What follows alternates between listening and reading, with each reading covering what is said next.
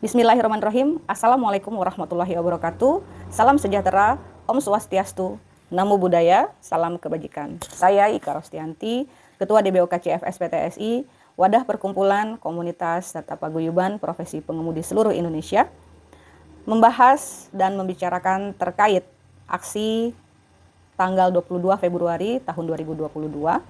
Saya menghimbau kepada seluruh anggota pengemudi, khususnya di DBOKCF SPTSI, ayo sama-sama kita memperjuangkan nasib pengemudi Indonesia. Ayo satukan langkah, sudah saatnya kita bergerak. Bergeraknya yang terukur, terstruktur, dan terarah. Mari kita melakukan aksi yang damai, tidak merusak, dan tidak membuat kerusuhan. Kita perlihatkan kepada bangsa ini bahwa pengemudi Indonesia bisa bersatu, bisa kompak tanpa harus membuat kerusuhan dan kerusakan. Selama ini nasib pengemudi Indonesia seperti terabaikan meski memiliki peran yang sangat penting khususnya di dalam perputaran roda perekonomian masyarakat.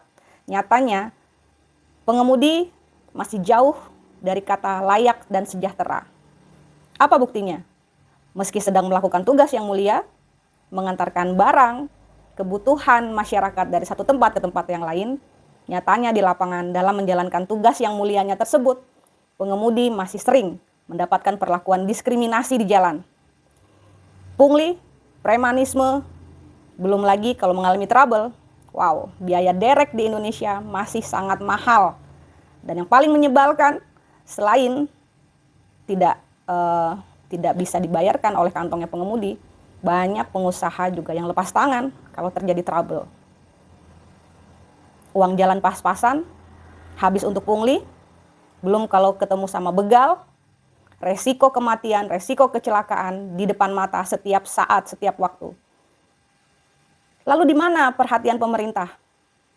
Belum ada, belum dirasakan oleh pengemudi. Apa regulasi yang bisa kita perjuangkan yang berpihak pada kesejahteraan dan keamanan pengemudi Indonesia? Belum ada. Bahkan selama pandemik tidak ada bantuan khusus yang bisa diakses oleh pengemudi. Pemerintah menurunkan bantuan untuk UMKM. UMKM harus naik kelas. Tapi pemerintah seolah-olah lupa nih. Yang mengantarkan produk UMKM dari produsen ke end user itu pengemudi. Jadi harusnya pengemudi juga harus dibikin naik kelas.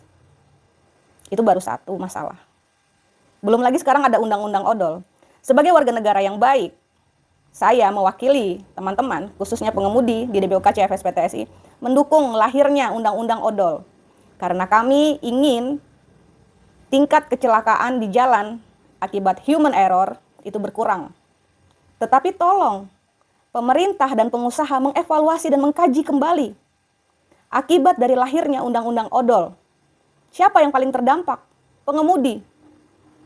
Nyatanya masih banyak pengusaha yang nakal, yang tetap melakukan odol, dan ketika di jalan terkena sanksi oleh undang-undang odol, siapa yang menerima sanksi tersebut? Pengemudi.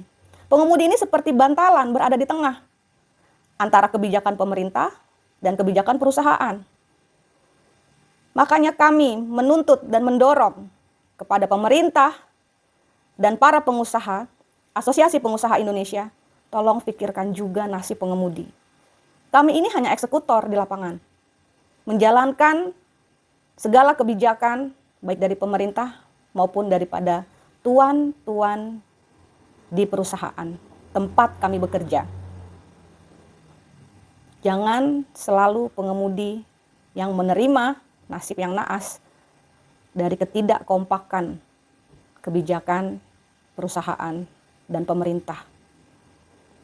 Yang tidak bisa meluangkan waktu untuk turun ikut aksi tanggal 22 Februari, teman-teman tunggu instruksi, kita diam sejenak, sesaat, berhenti di jalan sebagai bentuk dukungan kepada teman-teman pengemudi yang turun aksi ke jalan.